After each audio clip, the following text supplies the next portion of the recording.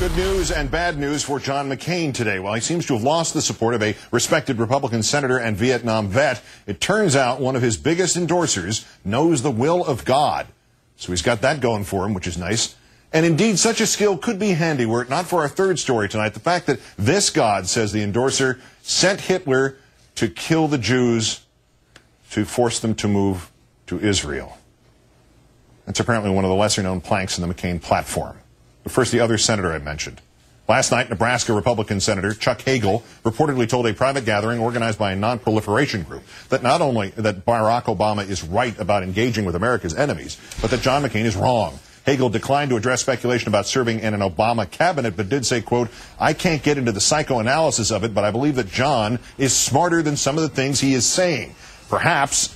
But is he smarter than things that have been said by the influential pastor whose endorsement he sought and refuses to renounce to this day? McCain has already distanced himself slightly from Pastor John Hagee's label for the Catholic Church, quote, "the great whore."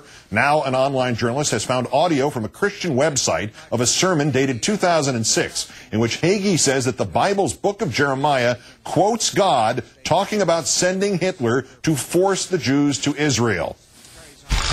"Behold, I will send for many fishers, and after will I send for many hunters.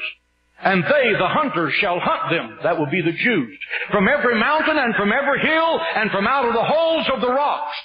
If that doesn't describe what Hitler did in the Holocaust, you can't see that. And that will be offensive to some people. Well, dear heart, be offended. Let's turn now to the Washington correspondent for the New Yorker magazine, Ryan Lizza. Thanks for your time tonight, sir. Hey, Keith, thanks for having me. We'll get to Hagee, but first to Hagee.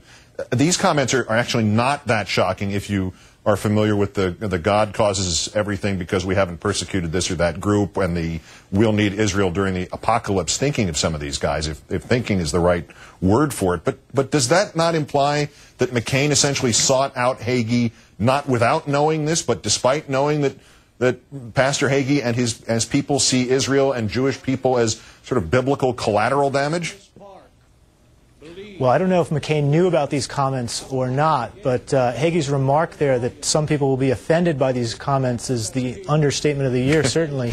Look, arguably, McCain seeking out an endorsement from Hagee is worse in some ways than Obama's relationship with Wright. I mean, Wright was a guy who was the pastor of the church that Obama belonged to.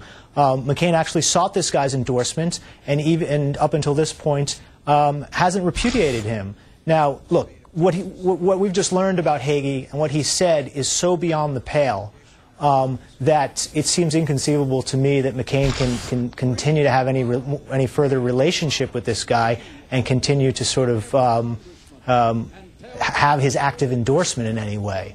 I'd be shocked if he didn't denounce him after this. Yeah, and yet when the stuff about New Orleans took place, the revelations about his comments that Katrina was a direct message from God to punish New Orleans for staging or planning to stage a gay pride parade, what he backed off from, he backed off in such a way that he left literally using the phrase, I'm repudiating every anti-everything thing that he had said. It made no sense whatsoever. He still did not renounce the endorsement. Why is there an assumption that he's going to act on this? Right. And look, he's got a second shot at this right now. And in a strange way, Keith, maybe this is a blessing in disguise for McCain, because this guy, Hagee's not going away. The Democrats are going to continue to make this an issue, and rightfully so.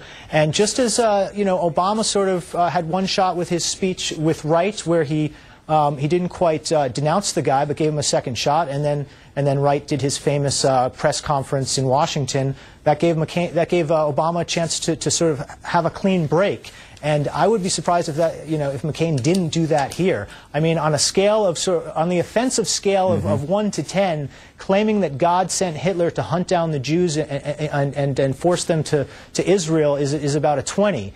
A politician running for president can't be associated with someone who says something like that. One would think. We have been surprised more than once by Republicans in the last 7 or 8 years and what they're willing to tolerate from people that are around them.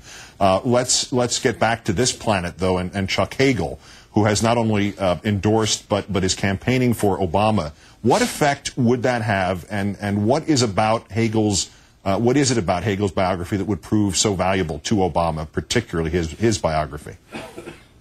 Well, yeah, Hagel's an interesting guy. I mean, he has become increasingly alienated from the Republican Party over the war in Iraq. I mean, on everything else, except foreign policy, he's a very traditional conservative. But he's increasingly become more and more skeptical of the wisdom of the war, and he flirted in the recent past with the unity ticket and sort of talking. He was talked up as perhaps being an independent candidate. That has sort of fallen by the wayside, and I think he may be sending a message to the Obama camp that, hey, if you guys are serious about this post-partisan era, take a look at me. Consider me as perhaps, if not a VP material, maybe a cabinet member. I think one of the interesting things about Hagel is he's a Vietnam vet, and one of the reasons he soured on the war in Iraq is he revisited the Vietnam War, and he realized that he was lied to during that period. Right. And he didn't know it at the time, and that made him think the current war. Well, we'll see if that hypothetical endorsement that I just referred to might actually come to pass. Ryan Lizza, the Washington correspondent for The New Yorker. We'll keep following Mr. McCain, especially those Hagee Holocaust remarks. We'll see if your prediction comes true. Many thanks, sir. Thanks, Keith.